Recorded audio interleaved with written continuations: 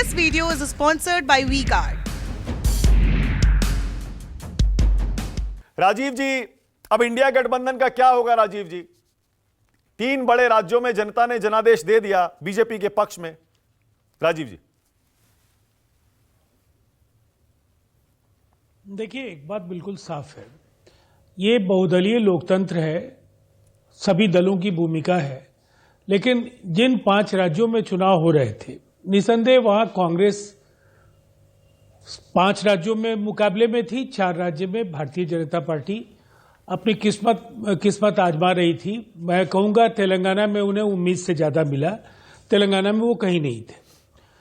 लेकिन अगर भोपाल में इंडिया की बैठक हो गई होती चुनाव के पहले और इंडिया का सामूहिक नेतृत्व उनकी उपस्थिति में रणनीति से संबंधित निर्णय हुए होते, रैलियों का फैसला हुआ होता और इंडिया के सभी नेता वहां आकर अपनी बातें रखते, तो तस्वीर दूसरी हो सकती थी। मैं ये नहीं कहूंगा दावे के साथ कि नतीजे बिल्कुल बदल जाते, लेकिन कांग्रेस को मदद मिलती, इसलिए कि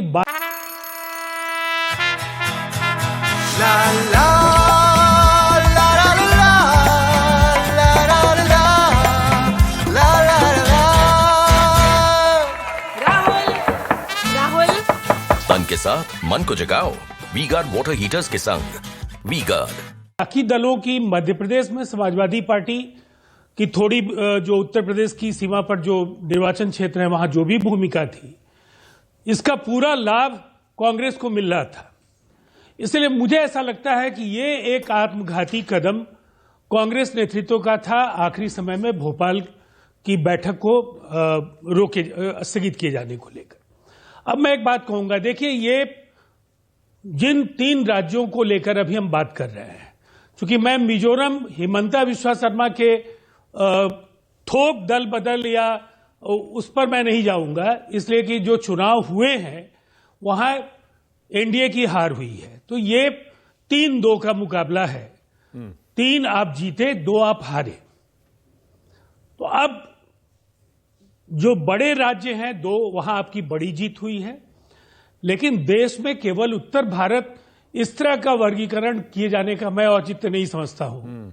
हम अगर इसे कहें कि दक्षिण भारत, पूर्वी भारत, जो आपका सेंट्रल इंडिया है, जो आपका वेस्टर्न इंडिया है, जो पश्चिमी भारत, जो केंद्रीय भारत है, पूर्वोत्तर के राज्य हैं, जरा इनका विश्लेषण कर लीजिए। मेहनत सबको करनी पड़ेगी। ये बाइपोलर इलेक्शन इस देश में नहीं हो सकता है। इस देश में मल्टी पार्टी डेमोक्रेसी की जो भूमिका है, नेशनल पार्टीज को भी रीजनल पार्टीज की ताकत को समझना होगा, और मैं मानता हूं इंडिया का रिलेवेंस और ज्यादा बढ़ा है, इसलिए कि अब अगर आपके पास 4 महीने का वक्त है तो ये देश की राजनीति के लिए बेहद अहम है।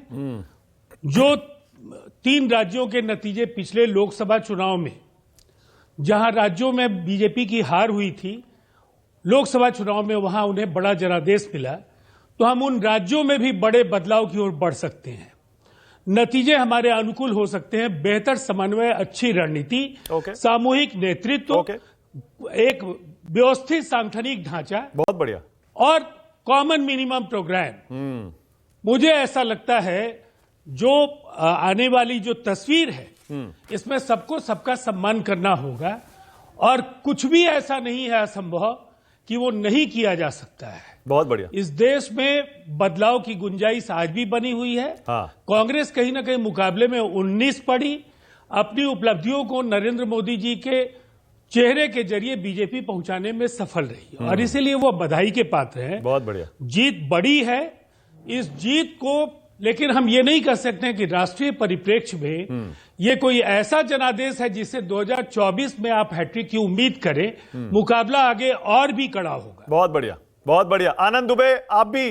This video is sponsored by V-Guard.